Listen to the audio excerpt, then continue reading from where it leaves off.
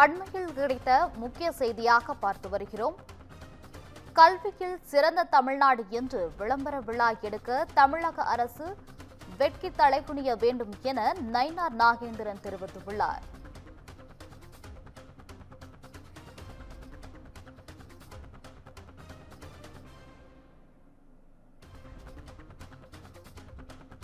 மேலும் அப்பா என்ற அடைமொழிக்கு ஆசைப்படும் முதல்வர் பள்ளி குழந்தைகள் போதையில் தடம் புரள்வதை கண்டும் காணாமல் கடந்து போவது அலட்சியத்தின் உச்சம் எனவும் நயினார் நாகேந்திரன் தெரிவித்துள்ளார்.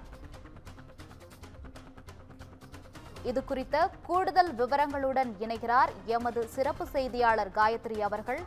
வணக்கம் காயத்ரி, கூடுதல் விவரங்களை தரலாம். வணக்கம் கோகிலா. சென்னை வியாசர்பாடியில் இயங்கி வரும் அரசு மேல்நிலைப் பள்ளியில் 11ஆம் வகுப்பு படிக்கும் மாணவன் பள்ளிக்கு கஞ்சா எடுத்து சென்ற சம்பவம் தொடர்பாக பாஜக மாநில தலைவர் நயினார் நாகேந்திரன் ட்விட்டர் பதிவு ஒன்றை வெளியிட்டிருக்கிறார்.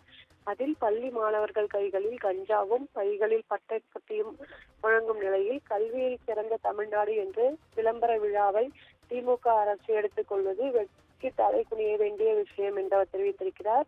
மேலும் அப்பா என்ற அடைமொழிக்கு ஆசைப்படும் முதலமைச்சர் மு.க.ஸ்டாலின் தனது கண்முன்னே பள்ளி குழந்தைகள் இப்படி போதையில் மூழ்கி தடம் புரள்வதை கண்டும் காணாமல் கடந்து போவது அலட்சியத்தின் உச்சம் என்று அவர் தெரிவித்திருக்கிறார்.